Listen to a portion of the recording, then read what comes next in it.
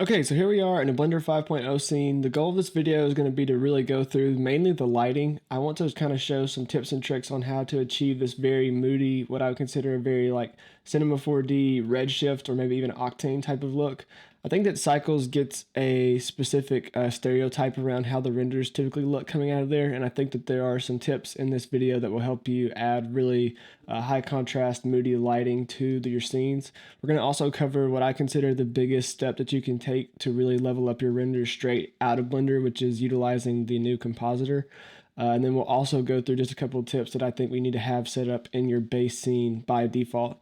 So let's go ahead and do those first just because they apply to both scenes, and then we'll kind of get into a lighting breakdown of each one.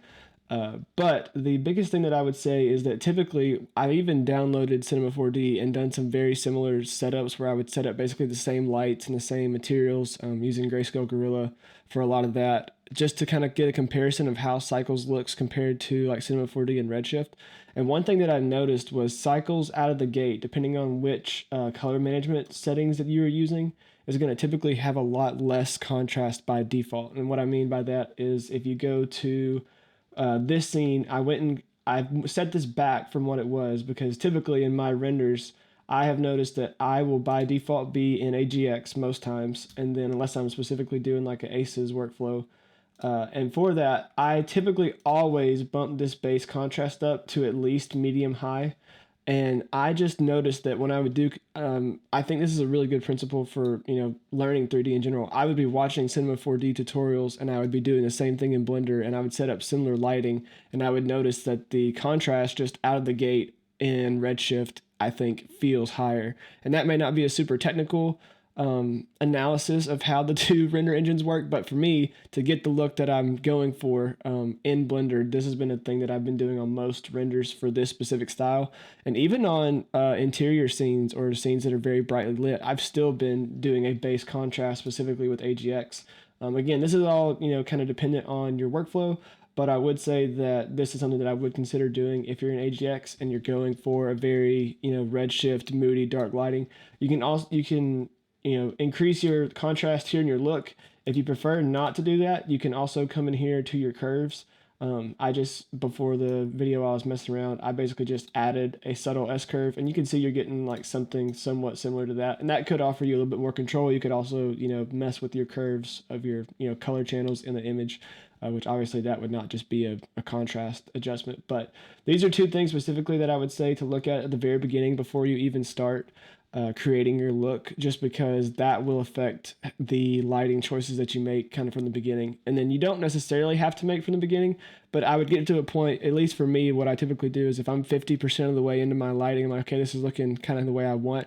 The thought will pop in my mind, okay, let me check and make sure, do I have a contrast level set for these renders? So yeah, most of them that you'll see in this type of style, whether it's a product type shoot or something that it really leans heavily into this dark, kind of moody lighting, this is one thing I would definitely check.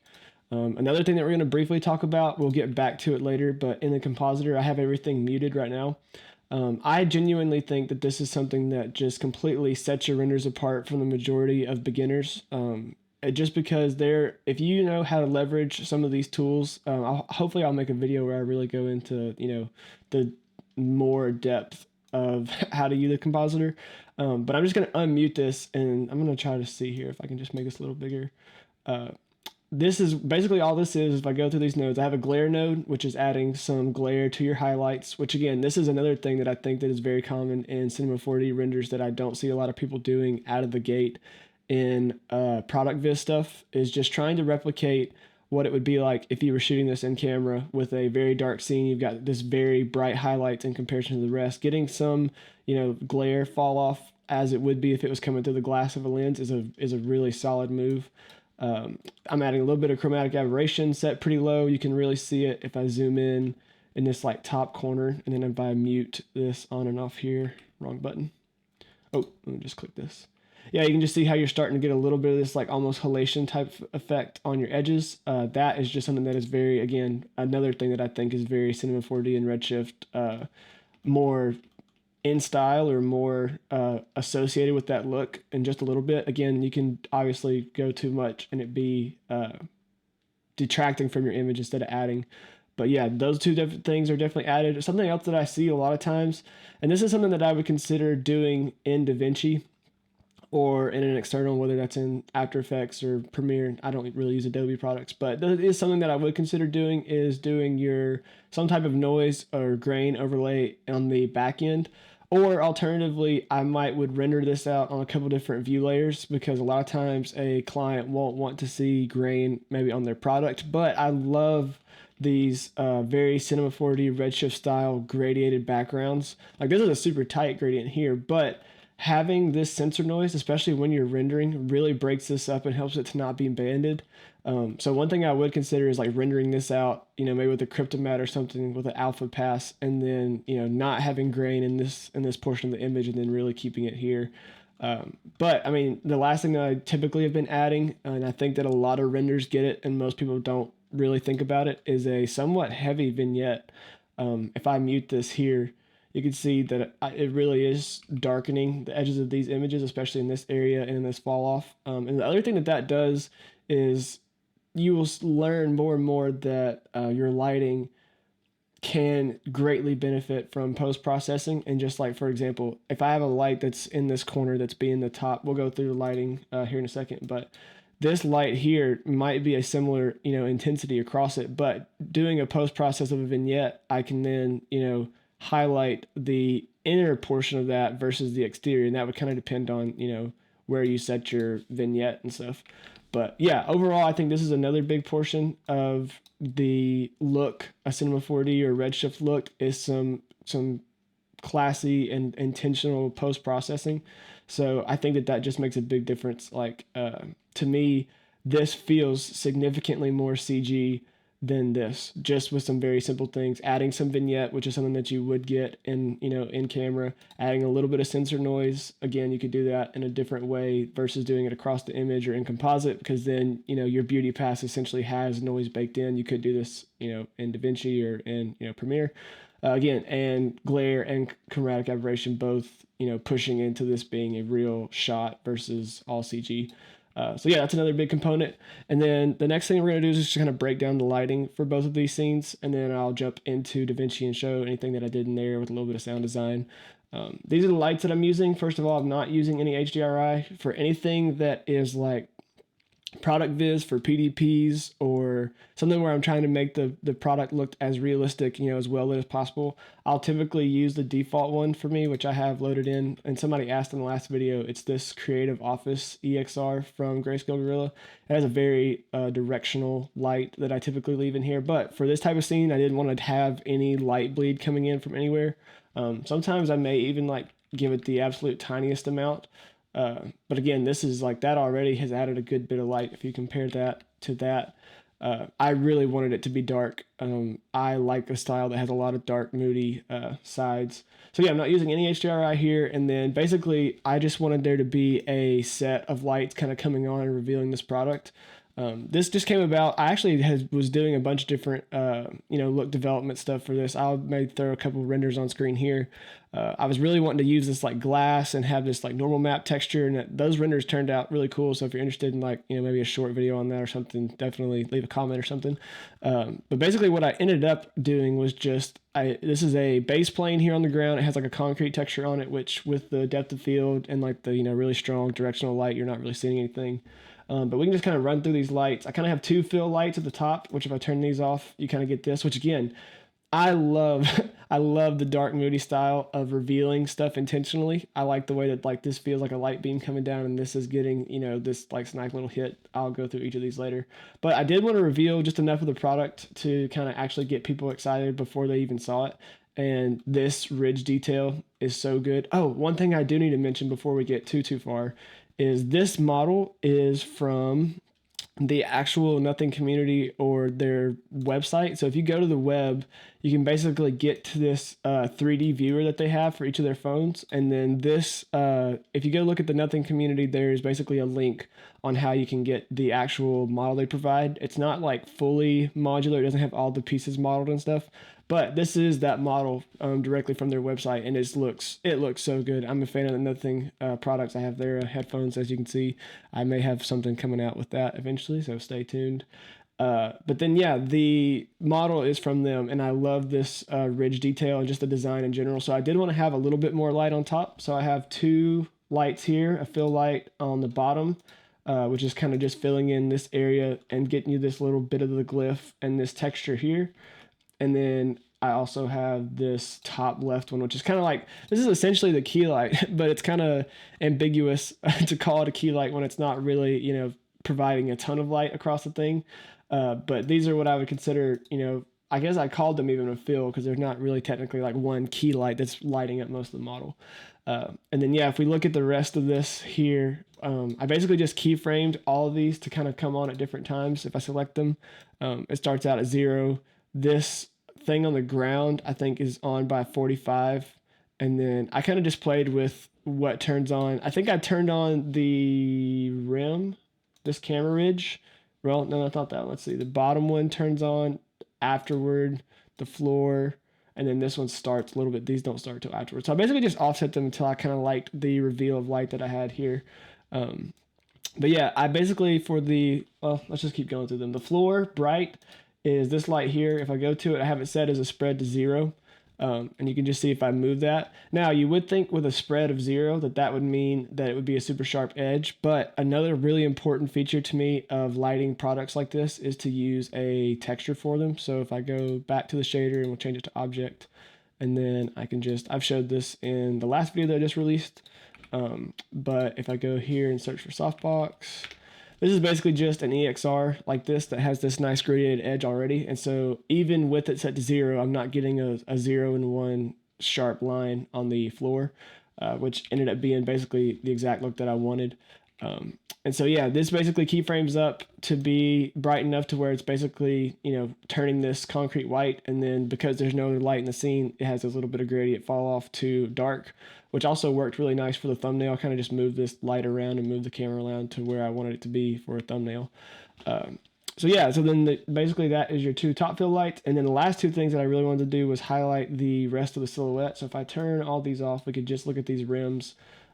There's basically a rim on the bottom, which again, just look at this. I mean, this is the type of stuff to me that just looks so premium, and it shows, it teaches you how to reveal what you want to reveal versus just lighting for lighting's sake. Polyfior, I've mentioned this in other videos too, talked about, you know, when I'm trying to light a product, I'm not really trying to add light. I'm trying to show darkness, essentially. I want the light to reveal certain points, but then also leave stuff to the imagination or to be seen. So yeah, like this already, this also is such a good style frame. Looks so cool. It's blurred out because of the depth of field. We got the chromatic aberration. This looks super cool. So you could go tons of different ways with this. But yeah, on the bottom, I basically, or for the rims, I basically had two lights here. I had the one that does the camera ridge on top, and it's basically just a softbox up here like that. And then I think the spread is also set to 0 to this. So this is basically just projecting this outward. I think that kind of helps you keep from getting a lot more light in this area. And then for that bottom one, all I did was when the light is turning on, I wasn't getting a ton of bounce light on the bottom. So if I turn the floor back on, you know, I was getting this kind of edge just lost here. It just kind of looked like a square. So then I added this rim light at the bottom, just enough to catch the bottom of that the phone there. So you can kind of see that silhouette. And then the texture for this phone had the glyph assignable as a mission texture. So I just keyframed that on to kind of be off. And then, you know, when everything's lighting up, just for another visual interest, you get that little bit of silhouette detail there. So yeah. So overall, that's basically everything for this scene. There's nothing really complex with the animation. Really quickly, I'll look at the camera. This was set to 250 earlier. I kind of had it more punched in, and then I pulled it back out for making the thumbnail for this video to where I can kind of see this. And I actually kind of like it pulled out a little bit. And then in the top right, I basically just have a camera controller. Really all I'm doing here is, I think I rotated the controller a little bit around a couple different axes to get the phone to have some movement, and that's also creating this movement of the light here. And then all I did after that was, you know, I think I keyframed the actual camera itself because I was basically at this like cool angle, right angle here, and I wanted the camera to move in relation to its local x-axis so that kind of went across the screen. So then I just keyframed the camera there. So yeah, that basically starts here. You get a little bit of rotation, and then you just pull across to that other point. So yeah, I'm trying to think. Is there anything else I need to talk about in this scene? Yeah, the big things to me are using your lights. This one I changed to a circle just because of this fill here. I wanted it to be a little bit more gradiated on its fall off on the way that it hits the phone, so I changed that one. And then the rest of them is just adjusting the spread values for each of these, kind of depending on how you want the light to hit. And then again, I'm using a softbox texture for all of these so that the detail in the light will match what I would expect to see, in the real world. So that's this scene, and then let's jump into our second scene here. So I'm gonna go into solid, and then jump into scene 2. And then yeah, this scene was really cool. Like I came across like this already looks incredible. And this is basically, let's just run through this setup. Even less lights. If you go to the world, I have it turned off. This one I definitely did not do as good a job on my lighting here. So it looks like I have these 4 lights. I didn't do a good job naming it, but the breakdown is, I gotta show something about this too. This right here is just a light, same thing with, it looks like this one doesn't even have a texture, but it's just a disc light that I stretched and made at an angle related to the camera, and this is just a plane back there. Again, the world is set to 0, so you get this really strong fall off. It looks like my spread was set to 98 or so. And then, yeah, this makes this really cool. Again, this is also a very Cinema4D Redshift type of look. So that's just affecting the background. And then I really only have, this is such a simple scene as far as lighting goes. I really have a overhead light for the phone. So let's just put the phone back in. Let's see, this is the background light here. So 1, 2, and 3 are 1. Yeah, this one. So this is a top light. This is really providing the majority of the light. If I click on that, it's set to full spread. It's just power of 10. This doesn't even have a softbox texture on it. So yeah, this is basically just a top light. I'm just going to turn all these off and just see what they do. This one here is basically a rim, which I really kind of wanted this to feel like this background was a spotlight instead of it being kind of pushed against the wall. So I added this, basically just a rim light on top to give you that definition. And then let's see what this bottom one does here. Yeah, same thing here, just giving a little bit of light on this side. And then obviously when you add in your top, it kind of makes everything look good. This is just one of those things that you just eventually play around with your scale of your lights. One thing that I will say is keeping somewhat of a real reference in mind. If this is my product and my light is this big, it's just I would use somewhat of a real world scaling. Okay, like if that is I don't know how long these phones are, 5 to 7 inches. And then if this is a similar size, you can imagine these being like, an MRN light. Or a certain size. So this is one thing that I do try to do is to keep a somewhat realistic real world scale. So yeah, that's basically the lighting for this. And then same thing, I'm doing very similar stuff in the compositor with this one. I just copied it and then I adjusted the values. Make sure you check the animated box if you're going to render out a video with the keyframes. I'm just using some glare, chromatic aberration, sensor noise, and a vignette. And then, yeah, I think I may have shown them earlier, but these glass panels were really cool. This is basically just let's go to the shader for this. I'm going to get rid of this one. I basically just got these textures from Grayscale Grill, these random textures they provide. And I liked this kind of like gradiated looking, I don't know what you would call this, like an X-ray. I don't know what it looks like. It looks like a rotary mat type situation. So basically all I'm doing is I brought that image in and I set the color of the black and white into a bump node. And then that is just plugged into the normal of a glass shader. And then I also have a solidify and a bevel on the plane so that I could, manually adjust what I wanted to do for the thickness. And basically when I came back here, you can really see that you're getting some pretty cool refraction here. And then I think I just made 2 color shaders. I just did one that was like a little bit darker than the other, but I also experimented with like coloring them, and this just looks incredible. This is one of my favorite lighting setups or things that I've made. Just look at this. I mean, you're getting such cool detail, and it's coming from these lights, refracting and hitting the normal map of this, and you can obviously adjust the strength.